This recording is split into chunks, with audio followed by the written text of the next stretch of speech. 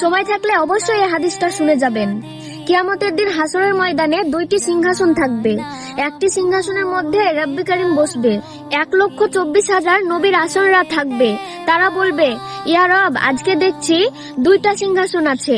একটা সিংহাসনের মধ্যে আপনি বসবেন, আর একটা সিংহাসনের মধ্যে কে বসবে? তখন ফেরেশতারা চারিদিক থেকে বলতে শুরু করবে, ইয়া রাসূলুল্লাহ, লাব্বাইক ইয়া রাসূলুল্লাহ, মুহাম্মদ রাসূলুল্লাহ সাল্লাল্লাহু আলাইহি ওয়াসাল্লাম। তখন আদম আলাইহিস সালাম থেকে ঈসা রাদিয়াল্লাহু থেকে বুঝতে বাকি ছিল না, সেই সিংহাসনের মালিক হবে তিনি হচ্ছেন আমার আপনার নবী মুহাম্মদ রাসূলুল্লাহ সাল্লাল্লাহু আলাইহি ওয়াসাল্লাম। আপনার ভাগ্য হয়তো কেমন আপনি জানেনও না, সেই নবীর উম্মত হয়েছেন আপনি। সেই নবীর উম্মত যেহেতু হয়েছেন, 10টি পৃথিবীর সমান একটি জান্নাত আপনার জন্য। হ্যাঁ, আপনি তো শুনেছেন।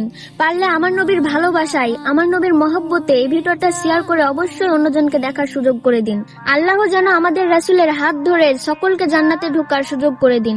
আমিন।